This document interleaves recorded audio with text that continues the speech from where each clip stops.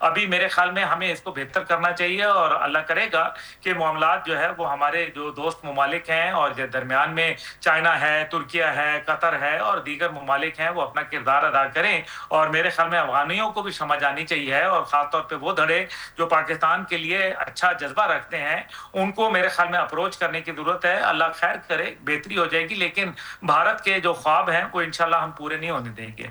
اچھا بالکل. گل صاحب آپ سے یہ بھی جاننا چاہیں گے کہ افغانستان تو ہمارا پڑوسی ملک ہے, ہم خود بھی چاہتے ہیں کہ افغانستان کے ساتھ مذاکرات کے ذریعے جو ہیں وہ معاملات حل ہو جائیں, لیکن اگر ان کیس افغانستان کی جانب سے کسی بھی قسم کی کوئی جارحیت کی جاتی ہے, کیونکہ میزائل تو ان کے پاس ہے نہیں, لیکن یہ بھی ہو سکتا ہے کہ بارڈرز پہ جو چھوٹی موٹی جھڑپ ہوتی ہے جس کا پاک فوج بھرپور جواب دیتی ہے اور پھر ہم دیکھتے ہیں کہ وہاں سے سفید جھنڈا لہرا دیا جاتا ہے اور پھر یہ بھی کہا جاتا ہے کہ ہم نے اپنا جواب دے دیا, اب ہم مزید اس جنگ کو ہوا نہیں دینا چاہتے. اگر پھر کوئی جھڑپ اس طرح کی جاتی ہے تو پاکستان کے بھرپور رد عمل سامنے آئے گا.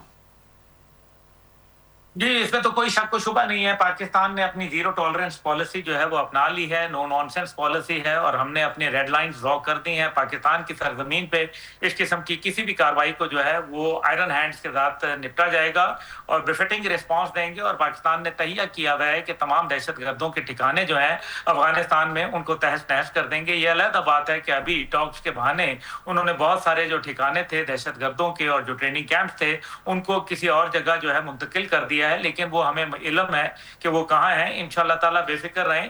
پاکستان جو ہے وہ جس طرح کہا جاتا ہے کہ جی گریو یارڈ آف سپر پاورز ہے اور وہاں جو ہے ہم نے سوویت یونین کو ہرایا, ہم نے امریکہ کو ہرایا, ہم نے برطانیہ کو ہرایا, تو وہ یہ بھول گئے ہیں کہ پاکستان جو ہے وہ اپنے ملک میں رہ رہا ہے اور ہم ان کے ملک کے اندر جو ہے وہ قدم نہیں رکھ رہے. اور جب جو ہے جن ممالک نے قدم رکھا, ہاں ان کو مشکل ہوا, لیکن پاکستان تو اپنے ملک میں رہ کے اپنی ٹیریٹری کا دفاع کر رہا ہے اور ہمارا کوئی ٹیریٹوریل ایکسپینشن کا کوئی ارادہ نہیں ہے. اچھا گل صاحب, یہ بات تو واضح ہو گئی ہے کہ بھارت کی جانب سے افغانستان کو فنڈنگ کی جا رہی ہے, لیکن جو ڈیلیگیشن پاکستان کا گیا تھا استنبول میں, کیا افغانستان نے فنڈنگ کے حوالے سے پاکستان سے بھی مطالبہ کیا تھا, انہیں بلیک میل کرنے کی کوشش کی تھی, ان ادر ورڈز کہ ہمیں کچھ پیسے دیے جائے, کچھ ڈالرز کے مطالبات بھی کیے گئے تھے؟ جی بالکل, انہوں نے یہ کہا تھا 10 ارب انہوں نے مانگے تھے اور یہ کہا تھا کہ جی ہم ان کو دور دراز علاقے جو نارتھ کے اندر ہیں, قندوز اور دوسری جگہوں کے اوپر وہاں منتقل کر دیں گے. لیکن یہ فضول بات ہے کیونکہ اس سے تو یہ بات ثابت ہو گئی ہے. ایک بات تو میں آخری بات کر کے دیکھیں, جو اہم ترین بات یہ ہے کہ وہ جو ہمیشہ سے کہتے رہے کہ جی ہمارا تو دہشت گردوں سے کوئی تعلق واسطہ نہیں ہے, تو پھر پتہ چلا کہ انہوں نے کہا جب یہ کہتے ہیں کہ پیسے لیں ہم ان کو دوسری جگہ منتقل کر دیں گے, تو آج وہ تسلیم کرنے پہ تیار ہو گئے کہ ہاں دہشت گردوں کے وہ پشت پناہی کرتے ہیں. تو اللہ کا شکر ہے یہ ڈپلومیٹک ہمیں جو ہے وہ ضرور ایڈوانٹیج حاصل ہوا. باقی انشاءاللہ تعالیٰ دہشت گردی جو ہے وہ ہم نپٹیں گے انشاءاللہ تعالیٰ من حیث القوم, اور اللہ نے خیر کرنا ہے انشاءاللہ تعالیٰ. بے فکر رہیں, کوئی گھبرانے کی ضرورت نہیں. بالکل بالکل ٹھیک ہے, بہت شکریہ عبداللہ گل صاحب آپ کے وقت کا. جی ہاں ناظرین, کیونکہ یہ بات تو ہم سنتے ہی رہتے ہیں اور کافی سارے سیاستدان یہ کہتے ہیں کہ آپ نے گھبرانا نہیں ہے, اور آج تو گل صاحب نے بھی کہہ دیا ہے کہ ہم نے گھبرانا نہیں ہے. پروگرام میں مزید بھی بات کریں گے, لیکن یہاں وقت ہوا ایک شارٹ کمرشل بریک کا. Stay with us. جی ناظرین, welcome back from the break. اور اب بات کر لیتے ہیں اسرائیل ایک بار پھر غزہ پہ بمباری کا سلسلہ شروع کر دیا ہے. ڈونلڈ ٹرمپ نے جو غزہ امن معاہدہ کروایا تھا اس پہ اسرائیل ہر بار بربریت کرتا ہے, معاہدہ توڑ دیتا ہے. 20 نکات یہ معاہدہ تھا, پہلے تو 21 نکات اس میں فائنل ہوئے تھے, پھر اس کے بعد 20 نکات یہ معاہدہ فائنلائز کیا گیا تھا. تشویش کی بات یہ ہے کہ جب اسرائیل یہ معاہدہ توڑتا ہے تو کسی بھی عرب ممالک کی جانب سے کوئی بیانات سامنے نہیں آتے. اور آج غزہ میں ایک ہاسپٹل کے قریب اسرائیل نے ایئر اسٹرائک بھی کی ہے, کئی فلسطینی شہید ہوئے ہیں. اس پہ بات کریں گے, ہمارے ساتھ موجود ہے جلال محمود الفرا, فلسطینی صحافی ہیں. سب سے پہلے تو بہت شکریہ جلال صاحب آپ کے وقت کا. بہت شکریہ جلال صاحب, آج پھر ایک بار ہم نے دیکھا کہ اسرائیل نے بربریت کی ہے, غزہ پہ ایئر اسٹرائک کی ہے, اور اس جگہ اس وقت جو لوکیشن ہمیں بتائی جا رہی ہے وہ یہ تھی کہ غزہ میں جس جگہ ایئر اسٹرائک کی گئی ہے وہاں پہ قریب میں کوئی ہاسپٹل بھی تھا اور کئی فلسطینی جو ہے وہ اس میں شہید ہوئے ہیں. کیا کہیں گے؟ جی بہت شکریہ میڈم. یہ تو اس چیز کا تو میں نے اس پہ کر چکا ہوں, میں نے اس چیز کا توقع کی ہے.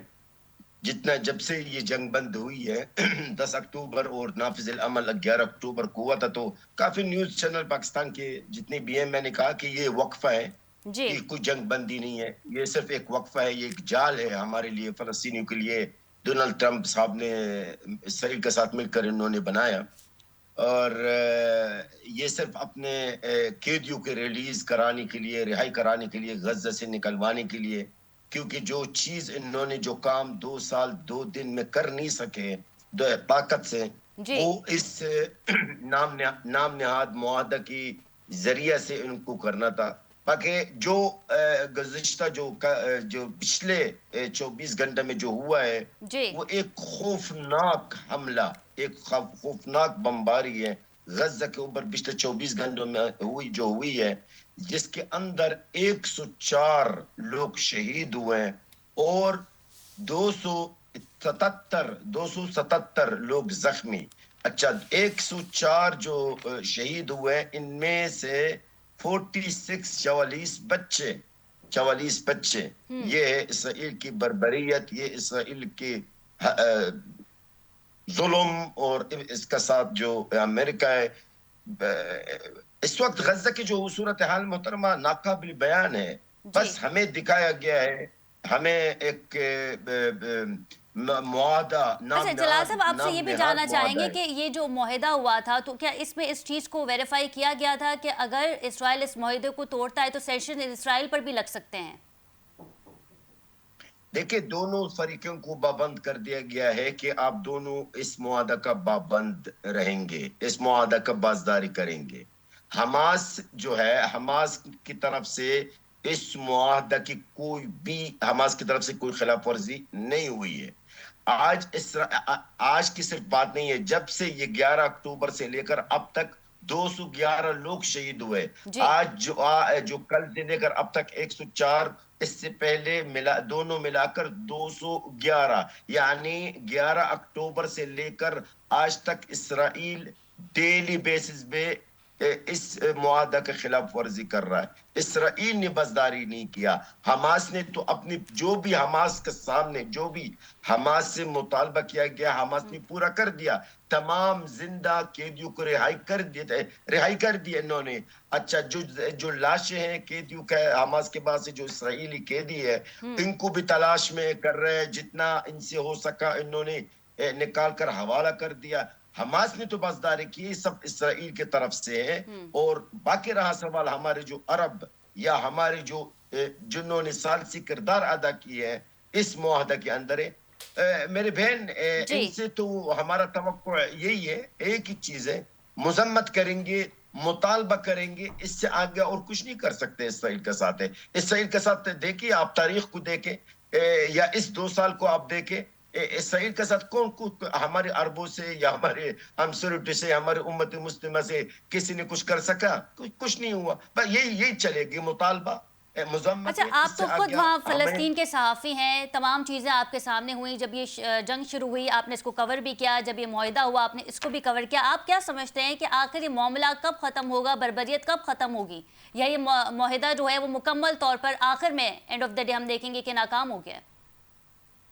میرا ہمیشہ جب بھی یہ سوال مجھ سے کیا جاتا میرا ایک ہی جواب ہوتا، جب تک فلسطینی آزاد ایک فلسطین خود مختار ریاست قائم نہیں ہوگا، مشرق وسطی کے اندر کبھی بھی امن قائم نہیں ہو سکتا.